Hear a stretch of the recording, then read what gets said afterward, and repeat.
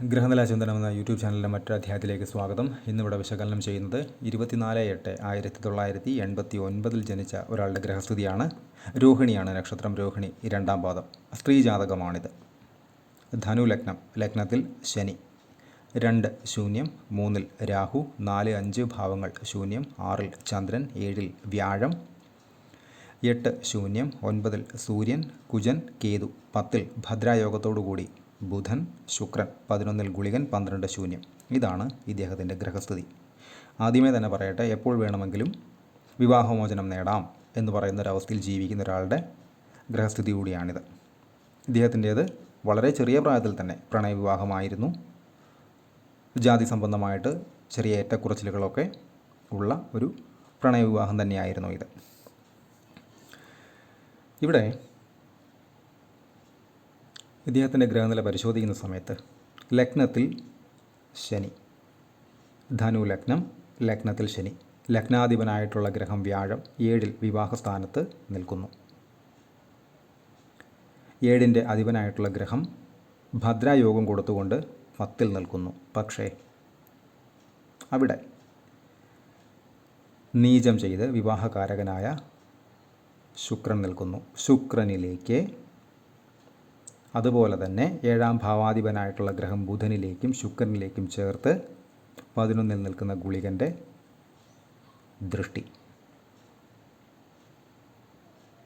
വളരെ മോശമായിട്ടുള്ള വിവാഹ അനുഭവങ്ങൾ ഇത്തരം ആളുകൾക്ക് ഉണ്ടാകാനുള്ള ഒരു സാധ്യത വളരെ കൂടുതലാണ് എന്ന് അടിവരയിട്ട് തെളിയിക്കുന്ന ഒരു ഗ്രഹസ്ഥിതി കൂടിയാണിത്. ഇതിൽ കുറേ പ്രത്യേകതകളുണ്ട്. അതായത് വിവാഹം കഴിഞ്ഞ് കുറേ അധികം നാളുകൾ ഒരു കുഴപ്പവുമില്ലാതെ വളരെ മനോഹരമായി ജീവിതം മുന്നോട്ട് പോവുകയും എന്നാൽ ഒരു ഘട്ടത്തിൽ പ്രശ്നങ്ങൾ തുടങ്ങുകയും അത് പിന്നീട് അധികരിക്കുകയും അത് പിന്നീട് ദിനം പ്രതി വർദ്ധിച്ചു വരികയും അടിപിടി, അക്രമം, അടിച്ചു കൈയൊടിക്കൽ പോലെയുള്ള കലാപരിപാടികളെല്ലാം നടക്കുകയും ഇദ്ദേഹം കല്യാണം കഴിച്ച ആൾ, അദ്ദേഹത്തെക്കുറിച്ചാണ് പറയുന്നത്, മറ്റ് സ്ത്രീകളുമായി ബന്ധങ്ങൾ തുടങ്ങുകയും അത് തുടരുകയും അതിൻ്റെ പേരിൽ വീട്ടിൽ വഴക്കുകൾ ഉണ്ടാവുകയും അത് സ്ഥിരമാവുകയും ഒക്കെ ചെയ്തിട്ടുള്ള അത്തരം ദുരനുഭവങ്ങളൊക്കെ ഇദ്ദേഹം അനുഭവിച്ചിട്ടുണ്ട് എന്നതും ഒരു സത്യം തന്നെയാണ്.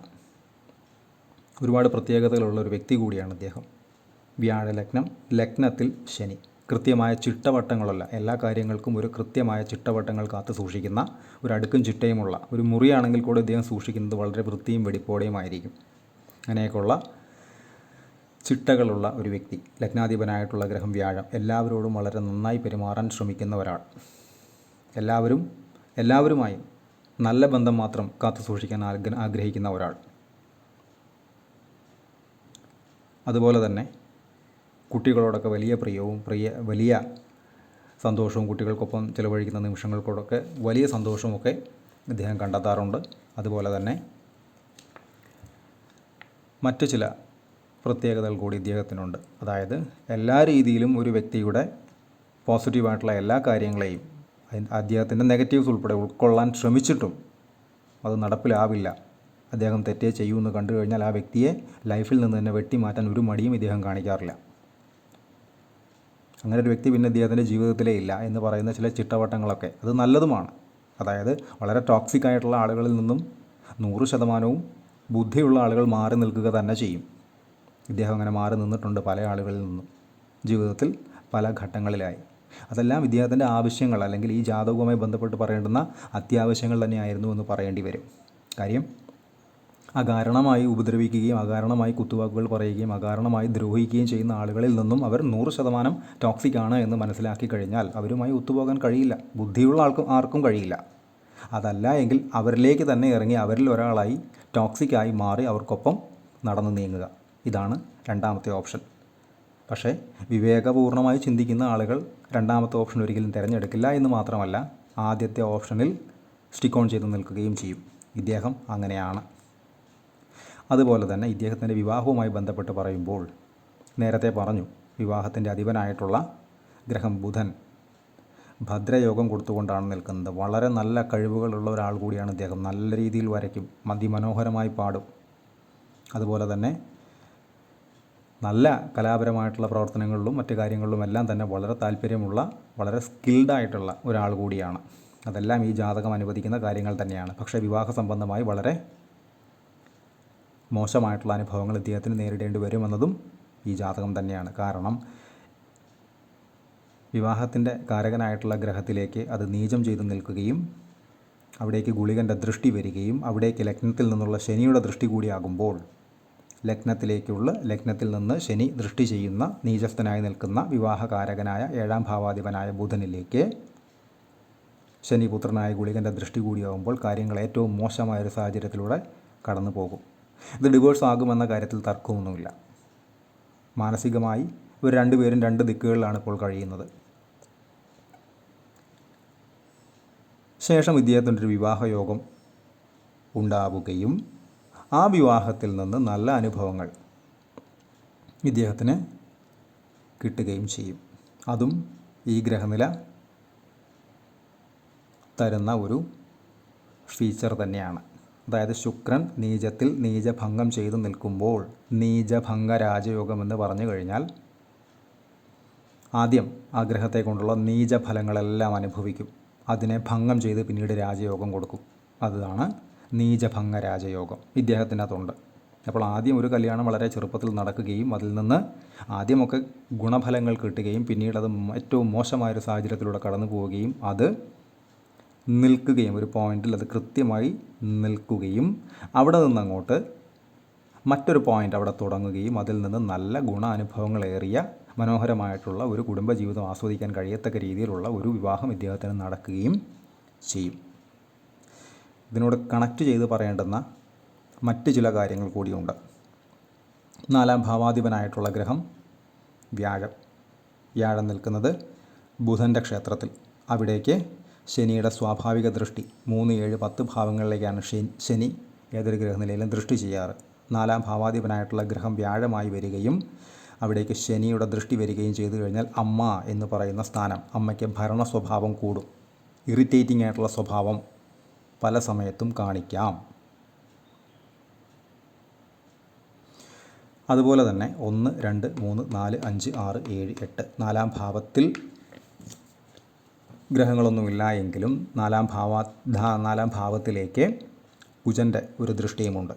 അതായത് രാഹുവിൻ്റെ ദൃഷ്ടിയേറ്റ് നിൽക്കുന്ന, കേതുവിനോടൊപ്പം നിൽക്കുന്ന, സൂര്യനുമോടൊപ്പം നിൽക്കുന്ന, സൂര്യൻ്റെ ക്ഷേത്രത്തിൽ നിൽക്കുന്ന കുജൻ്റെ ദൃഷ്ടി 4 എന്ന് പറയുന്ന ഭാവത്തിലേക്ക് വരുന്ന സമയത്ത്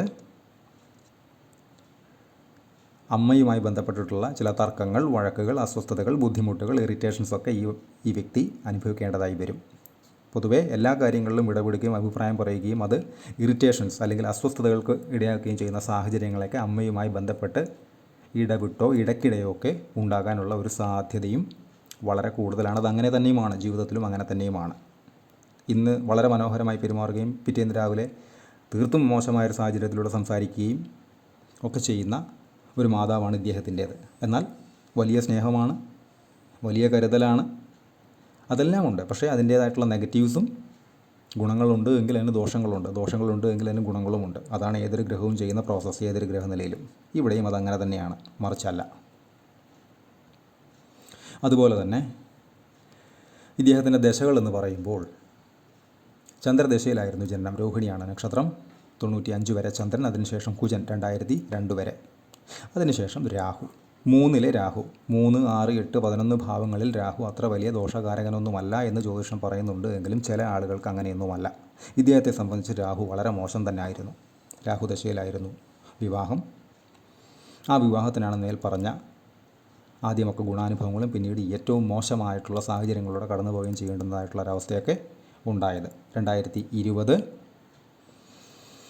മാർച്ച് 20 രാഹുദശ തീരുകയും അന്നേ ദിവസം വ്യാഴദശ തുടങ്ങുകയും ചെയ്തു. വ്യാഴദശ 2036 വരെയാണ്. ലഗ്നാധിപനായിട്ടുള്ള വ്യാഴം, 7-ൽ നിൽക്കുന്ന വ്യാഴം, ഇദ്ദേഹത്തിന് ആ സമയത്തൊരു വിവാഹം നടക്കാനുള്ള സാഹചര്യം വളരെ കൂടുതലാണ്. അതുകൊണ്ട് ഇദ്ദേഹത്തിന് ഗുണാനുഭവങ്ങൾ, നേട്ടങ്ങൾ എല്ലാം ഉണ്ടാകും. അതുപോലെ തന്നെ ഇദ്ദേഹത്തിൻ്റെ വ്യാഴദശയ്ക്ക് ശേഷം 2036 ശേഷം ശനിദശയാണ്. ലഗ്നത്തിലെ ശനിയാണ് 2055 വരെ. അതിനുശേഷം ബുധൻ 2072 വരെ. ശേഷം കേതു, ശുക്രൻ എന്നീ ക്രമത്തിലാണ് ഇദ്ദേഹത്തിൻ്റെ ദശകൾ കടന്നു പോകുന്നത്. ഇതേതരം നടപ്പ് ദശാപഹാരം എന്ന് പറയുന്നത് ഗുരുദശയിൽ ബുധൻ്റെ അപഹാരമാണ്. 2027 ഫെബ്രുവരി മാസം 24-ാം തീയതി വരെ, 19/11/2024 തൊട്ട് 24/2/2027 വരെ. ഈ സമയത്തിനുള്ളിൽ വിവാഹ സംബന്ധമായിട്ടുള്ള ഡിവോഴ്സ് പോലെയുള്ള കാര്യങ്ങൾ സംഭവിക്കാൻ സാധ്യത വളരെ കൂടുതലാണ്. ഒപ്പം തന്നെ അതിനുശേഷം മറ്റൊരു വിവാഹത്തിലേക്ക് എത്താനുള്ള സാധ്യതയും വളരെ വളരെ കൂടുതലാണ്. ഭദ്രായോഗം കൊടുക്കുന്ന, ഗുളികൻ്റെ ദൃഷ്ടിയുണ്ട്, ശനിയുടെ ദൃഷ്ടി ഉണ്ട് എന്നിരുന്നാൽ പോലും ഭദ്രയോഗം കൊടുക്കുന്ന ബുധൻ്റെ അപഹാരത്തിലൂടെയാണ് ഈ വ്യക്തി ഇപ്പോൾ കടന്നു പോയിക്കൊണ്ടിരിക്കുന്നത്. ഗുളികൻ്റെയൊക്കെ ദൃഷ്ടി വിവാഹകാരകനായിട്ടുള്ള ഗ്രഹത്തിലേക്കൊക്കെ, നീചം ചെയ്തൊക്കെ നിൽക്കുന്ന ഗ്രഹത്തിലേക്കൊക്കെ വന്നു കഴിഞ്ഞാൽ വെട്ടിമാറ്റുക എന്ന് പറയുന്ന ഒരു പ്രക്രിയ കൃത്യമായി ഗുളികൻ അവിടെ ചെയ്തിരിക്കും. അവിടേക്ക് ശനിയുടെ ദൃഷ്ടിയുണ്ട്, അവിടേക്കാണ് ഗുളികൻ്റെ ദൃഷ്ടി. അത് വളരെ മോശവുമാണ് വിവാഹ സംബന്ധമായിട്ടുള്ള കാര്യങ്ങൾക്ക്. കൺസൾട്ടേഷൻ ആവശ്യമുള്ള ആളുകൾക്ക് ഈ നമ്പറിൽ കോൺടാക്റ്റ് ചെയ്യാവുന്നതാണ്. കോൺടാക്റ്റ് ഡീറ്റെയിൽസ് ഡിസ്ക്രിപ്ഷനിൽ കൊടുത്തിട്ടുണ്ട്. ഇത്തരം വീഡിയോസ് ഇനിയും തുടരും. നന്ദി.